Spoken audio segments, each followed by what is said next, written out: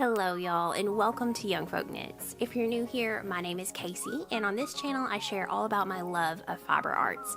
So there's a lot of knitting, sewing, whatever else we might be getting up to, spinning, crochet. So if any of that sounds like your cup of tea, make sure and hit that subscribe button so you won't miss out on any future video content. Today we're going to be chatting all about one of my absolute favorite designers, and that is Sari Nordlund.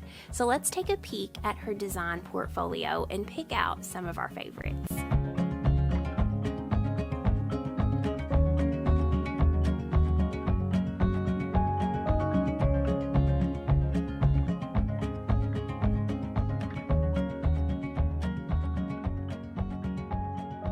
A few months ago, I did a similar video for petite knit patterns that I really loved, and I wanted to do the same for this designer, Sari Nordlund, who is the sweetest Finnish designer. I absolutely love chatting with her, and I love everything she makes. She is prolific in her designs. She's constantly just can't keep a design off her needles. She always has about 3 or 4 going at once, and each one seems better than the last.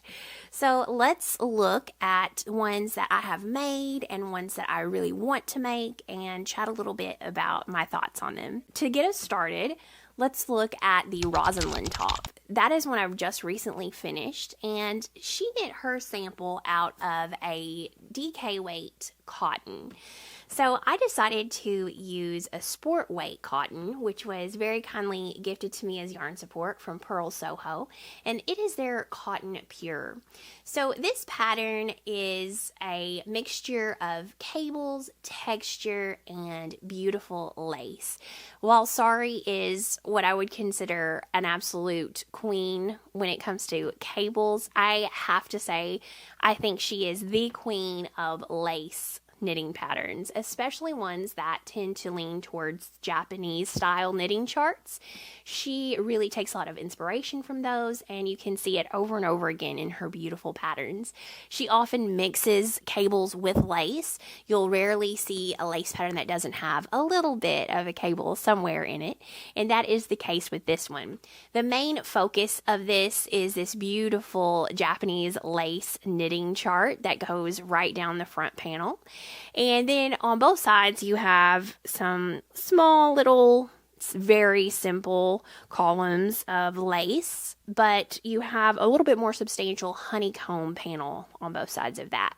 Then the sides are made up of moss stitch. So the cables and the lace actually look really beautiful with the stitch definition from a cotton yarn.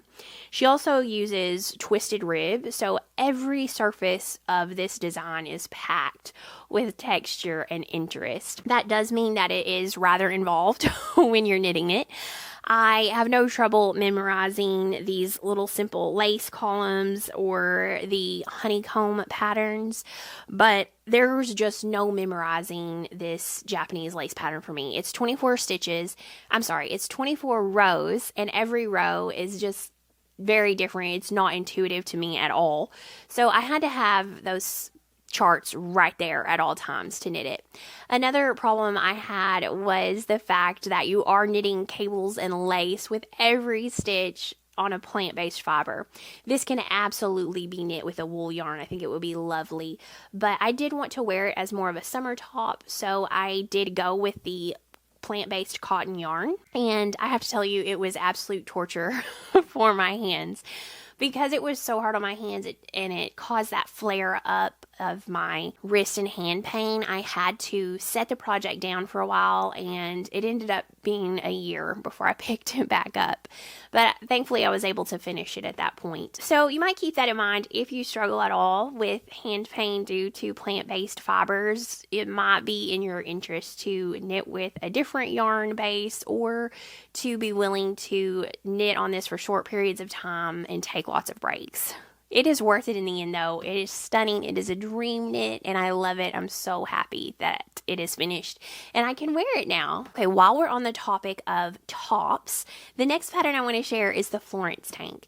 This is another beautifully textured, lacy design that is a vest-style tank with buttons up the center of the front. It's got a lovely V-neck and a really nice double knit band, both on the buttons, around the neck. For this piece, Sari ended up going with Knitting for All of Pure Silk held double to get the DK weight gauge. And I have to tell you, that sounds slightly miserable to me. I absolutely love Knitting for All of Pure Silk, and I think it is beautiful in your finished piece. It does grow a lot.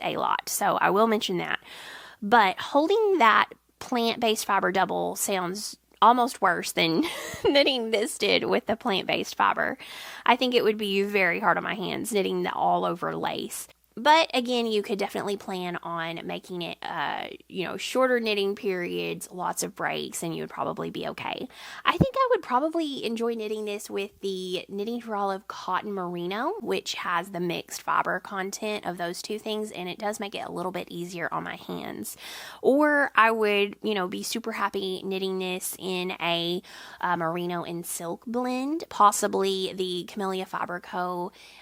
Flax DK base. I think that would be lovely in this pattern. It's on my list. I hope to get to it before too long, but my list is always growing, so we'll see when I get to make it.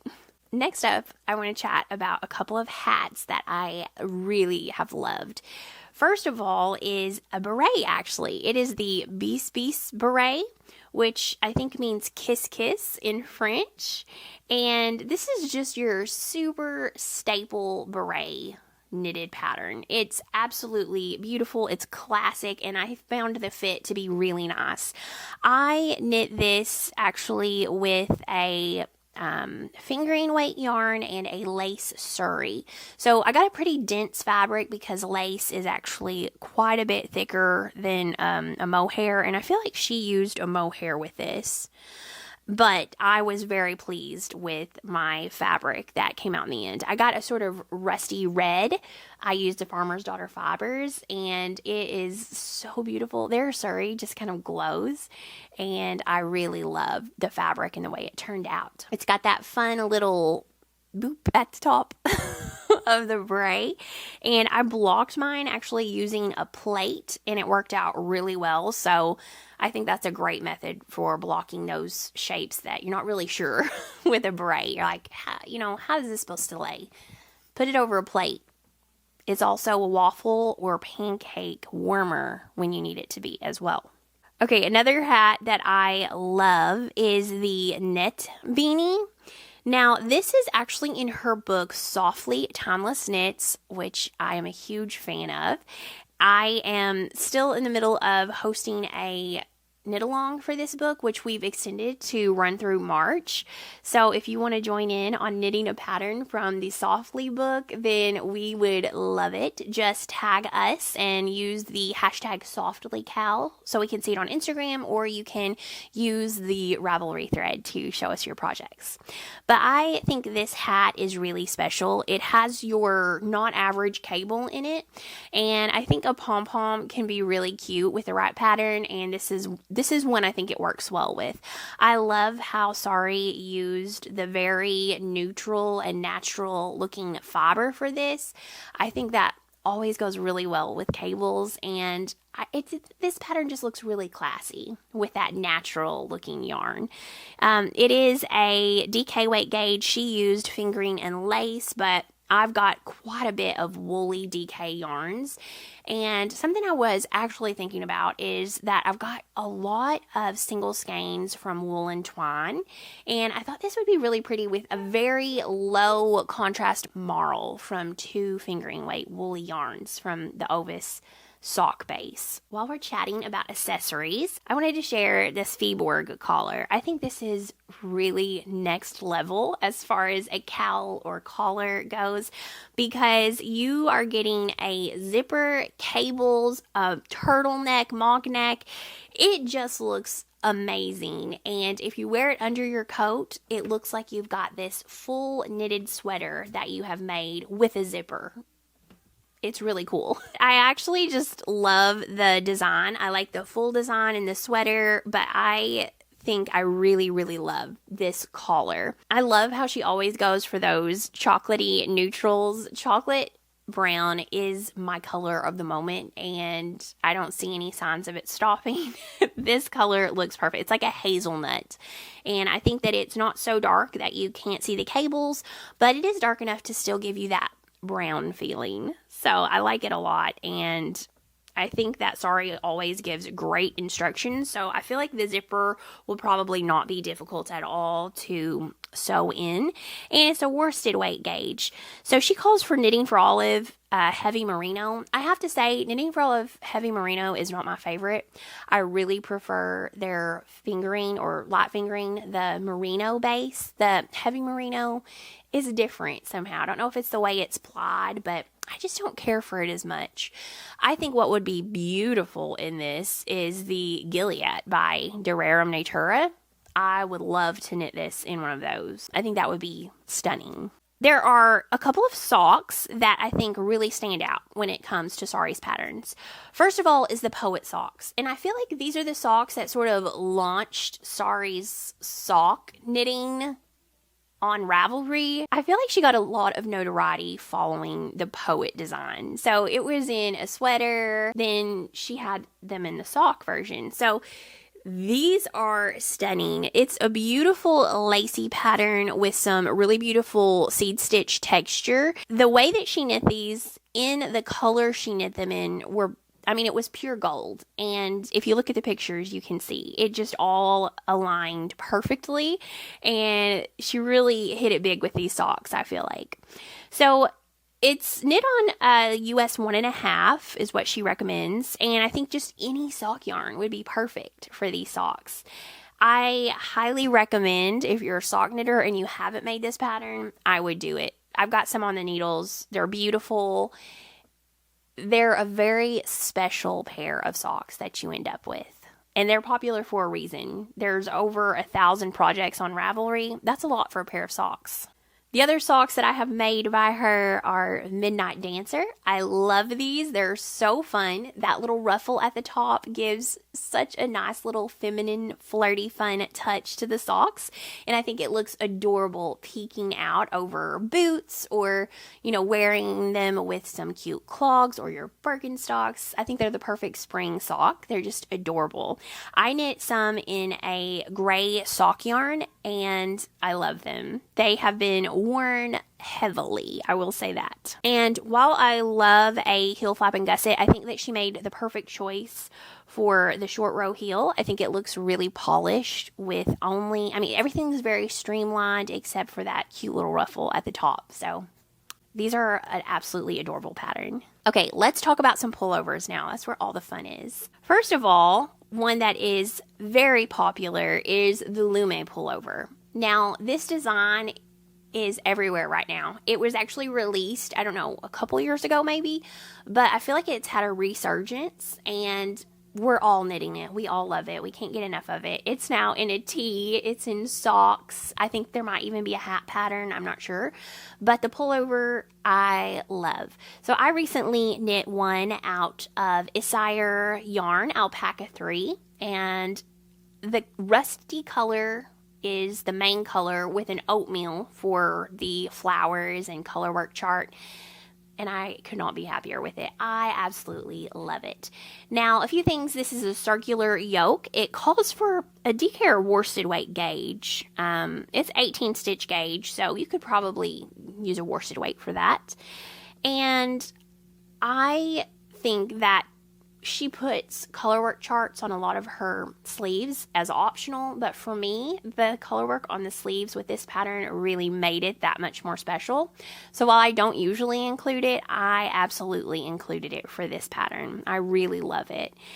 It's so beautiful in so many different colors that I have seen on Instagram that it's been made in. It really shows you what a classic piece it is, that it works so well for whatever your color scheme might be.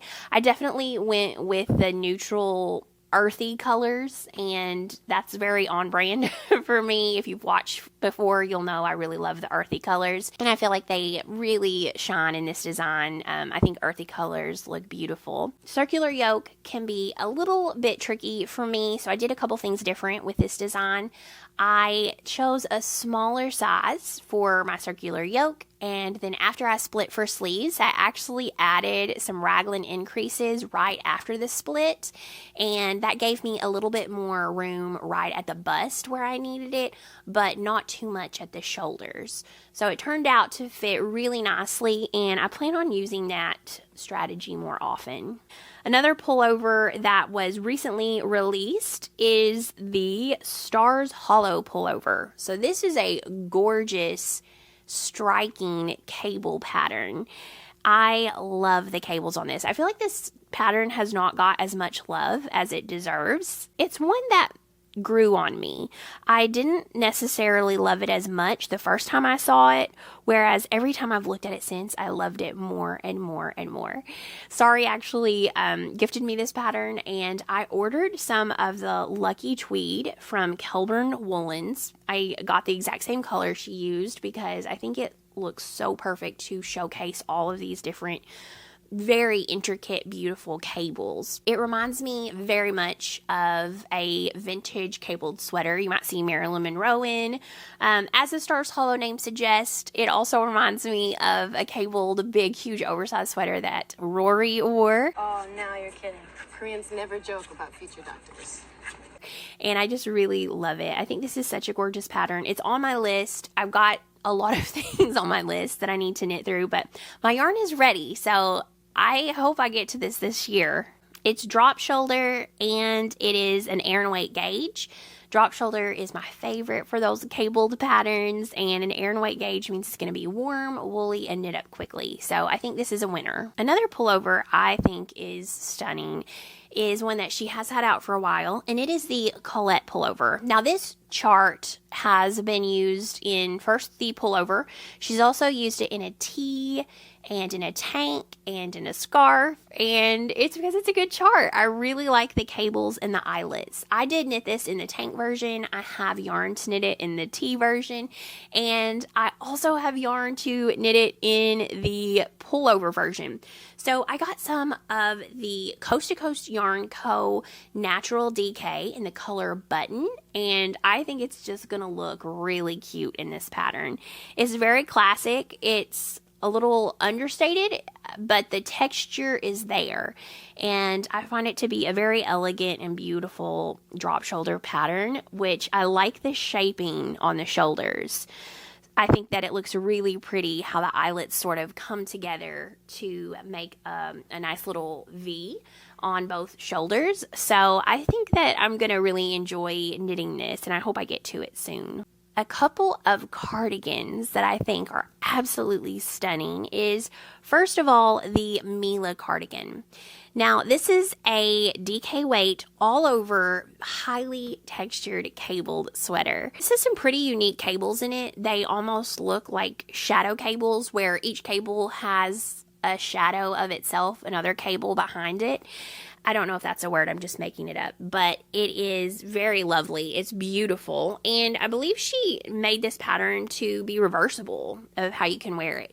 It has a nice gentle V-neck as well as a really polished double knit button band.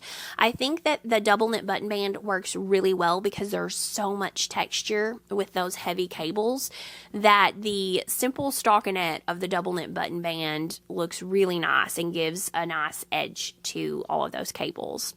I like how she knit her version a little bit more on the cropped side, and I just think this is really cute. She made hers in Wool Dreamers La Rinconada, and I would love to try that. It's a DK weight yarn, and I have so much fun trying out new yarns, so I may give that a try for this pattern if I ever have the time to add it to my list. It is absolutely beautiful, and I think that she chose those gold buttons to give it just this really classy vibe. So I will absolutely be doing gold buttons if I make this cardigan. Another cardigan, which is very famous for good reason, is the Book Club cardigan. This is a pattern she released last year. I did test knit this. You did not have to finish the pattern for the test knit, and I didn't, and I still haven't. I need to add the pockets and the sleeves. I actually didn't finish everything I was supposed to. I was a little bit behind on it. Now I'm a lot behind on it, seeing as how it's been released for almost a year. It has the most amazing, beautiful, classic cables. It absolutely looks like something that you would be wearing in the library with oak and wood everywhere, with dark green leather chairs and your pop stuffed in your pocket, which it has two of, by the way, 2 pockets. So if you have 2 pops, you're good.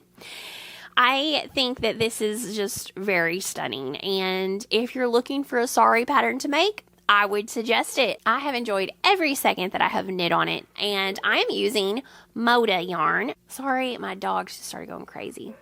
So speaking of Wool Dreamers, I'm actually using Wool Dreamers Moda yarn for this cardigan. And it's a really lovely rusty caramel color, and I think it shows the cables nicely, but it still has that warm, wintry, fall, autumn look to it.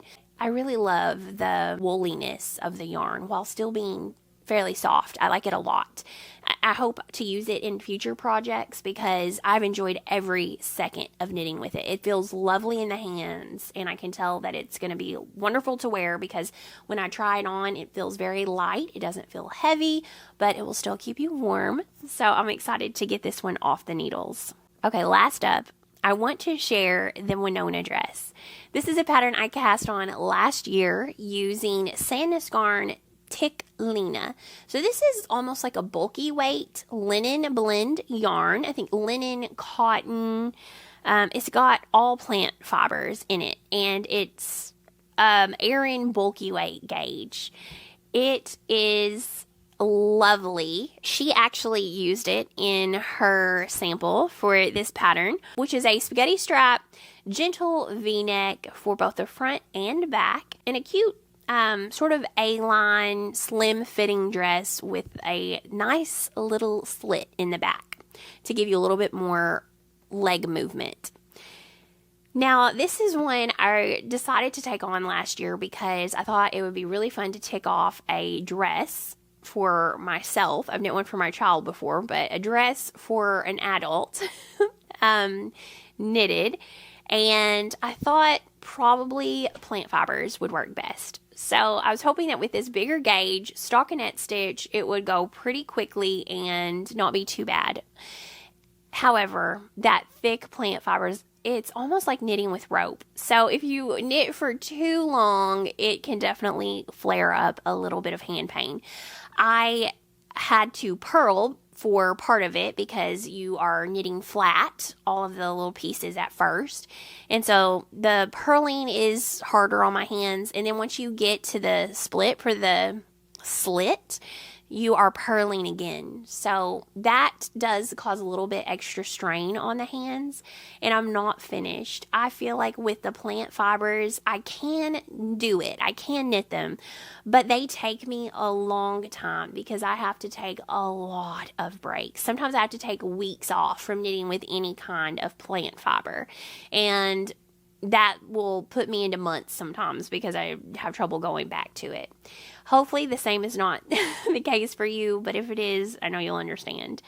I am so close to finishing this project, though, that I really want to get it done before summertime so I can wear it this year. The whole top is completely finished. I've already sewn in ends and got the finishing done. It just needs to literally have the last little bit of the skirt done. Every time I tried it on, I thought I was way further than I was, though. The skirt needs to keep going for a little bit. So I may have more than I think I do. But I still think that she did a great job with this pattern. I think it's a wonderful choice for a knitted dress if you don't want to have to commit to a fingering weight gauge for a dress. I think this is very wearable for spring, summer, even early autumn, and I think it's really cute with a linen shirt, button up, unbuttoned over the top. So I got to get this done so I can wear it. I hope that you found some inspiration from these patterns. I love Sari Nordlund. She has an endless list of beautiful patterns. If I didn't list one that is your favorite, let us know in the comments. I love them all. It's really hard to choose. In fact, I love them so much that I would like to gift one to you. So if you want to win a pattern of saris, all you have to do is comment on this video and I will let you know in a future video who the winner is. You can pick any of Sari's patterns and I will gift it to you. That reminds me, I do have a giveaway winner for the coffee date sweater. So I'm going to put it on the screen. And if you would, please email me at Casey@YoungFolkKnits.com and I will get your pattern to you. You can also reach out to me on Instagram. It is a little bit harder for me to see messages on Instagram, so I would suggest emailing me if you want to get it sooner. Thank y'all so much for hanging out with me today. Don't forget, leave a comment, win a pattern, and I look forward to catching up with you all very soon. Until next time, happy knitting, y'all.